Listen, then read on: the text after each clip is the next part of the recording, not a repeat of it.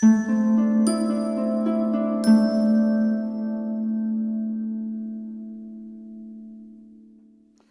Spencer here for Jihad Watch, answering the question, what is Sharia? Sharia is the path to the water. That's what people will tell you. And it is a wholly benign system of individual religious practice for Muslims. The instructions that they should pray 5 times a day, the circumstances under which they are obligated to make ablutions before they pray, various marriage laws, and so on.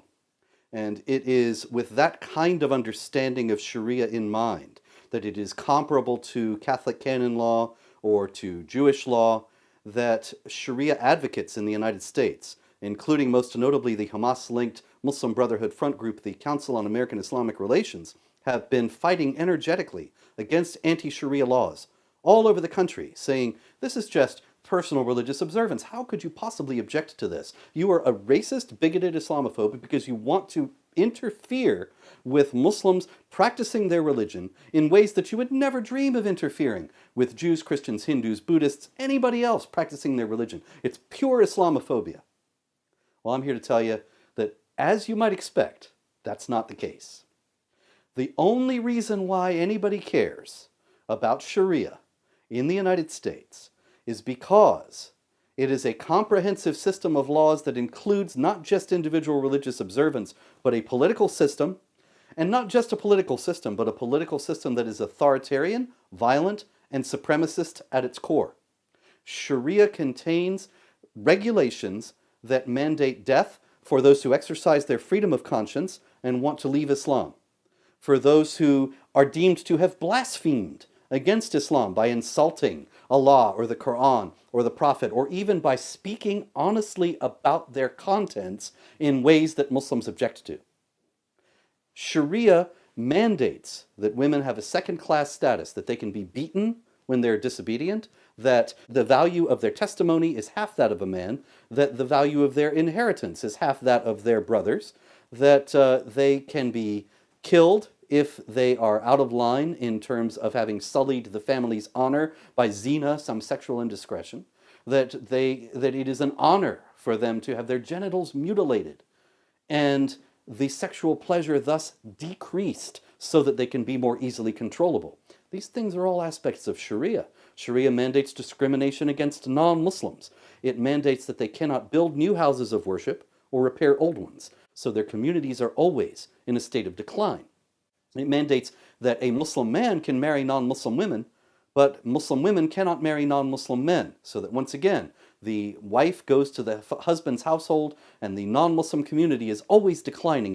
They cannot hold authority over Muslims, so that the non-Muslims are at the most menial levels of society because they can't even have a small business in which they would employ Muslims. That's not allowed. They might have one in which they are all Christians or all other non-Muslims in this business, but even then they would always have to defer to Muslim competitors who had Muslims on their staff. So that you'd have, for example, the colloquial term, the slang term for Christians in Pakistan is sweepers. And many times you will see news items where Muslims are speaking derisively of the sweepers, because the Christians can only hold the most menial jobs in society and they sweep the streets. They are sweepers.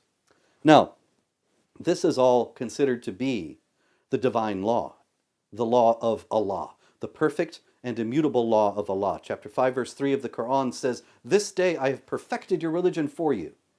Those who are holding out great hopes for Islamic reform should ponder that. How can you reform what's perfect?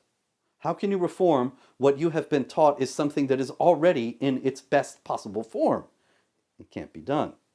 Now, the Quran is also many times telling us that we must obey Allah and His Messenger, that we must obey Allah and Muhammad. But very little is said about Muhammad in the Quran. He's only mentioned by name 4 times, and there's quite a lot of reason. You can see my book, Did Muhammad Exist? Quite a lot of reason to doubt that those actually even refer to Muhammad themselves, and that's only 4 references. So, how do you obey the Messenger? You have to go to the Hadith. The Hadith are the voluminous corpus of what Muhammad supposedly said and did. The reports that are deemed authentic are considered normative for Islamic law. Quran plus Hadith plus the Sirah, the biography of Muhammad, that's the Quran and the Sunnah together, make up Sharia when codified by Islamic jurists. Now, once you have Sharia, the law that is codified from the statements of Muhammad and the statements of Allah himself in the Quran, those are the two highest authorities. There is no appeal from them. It is not for an individual Muslim to dispute, as chapter 33, verse 36 of the Quran tells us, what has been settled by Allah and his messenger. So, it's the perfect and immutable law of Allah, and it mandates all this oppression. This is why there are anti-Sharia initiatives in many states in the United States today, and why there should be more. People have to understand that Sharia mandates that no non-Muslim has any authority over a Muslim or can by right exercise any such authority. That means that all governments that aren't based on Islamic law are illegitimate, and Muslims have the obligation to fight to undermine those governments and ultimately overthrow them and replace them with Sharia governments. Now, this is an actively subversive imperative in that case. Sharia, when people try to act against it, is something that is a direct threat to the secular constitutional republic that the Founding Fathers established. The non-establishment of religion was one of the greatest strokes of genius in history, and I do not exaggerate, my friend, because the non-establishment of religion, the First Amendment of the United States Constitution, allows for the idea that people who disagree, as we all do, on the most basic questions, will live together in peace and harmony without one group trying to gain hegemony over the other. And the delegitimizing of any such successful attempt to gain hegemony. It is the only way that there can be a peaceful society in a world such as ours, where movement is so easy and where societies are of necessity pluralistic. And so, we have in Sharia a direct threat to that freedom, to the freedom of speech with the blasphemy laws, to the freedom of conscience with the death penalty for apostasy and blasphemy and heresy and so on. We have a direct threat to the idea of equality of rights of all people before the law and equality of access to services with the special privileged status that Muslims have in Sharia and the denial of basic rights to non-Muslims. So of course, anybody who is interested, anybody who likes living in America as a free republic, anybody who likes the idea of the freedoms that are guaranteed in the US Constitution should be opposed to Sharia. And those who aren't, and those who obfuscate and say that Sharia is simply a matter of personal religious observance, they're not being honest. And you gotta think, when people are not being honest with you, they may not have your best interests at heart. I'm Robert Spencer. Thank you.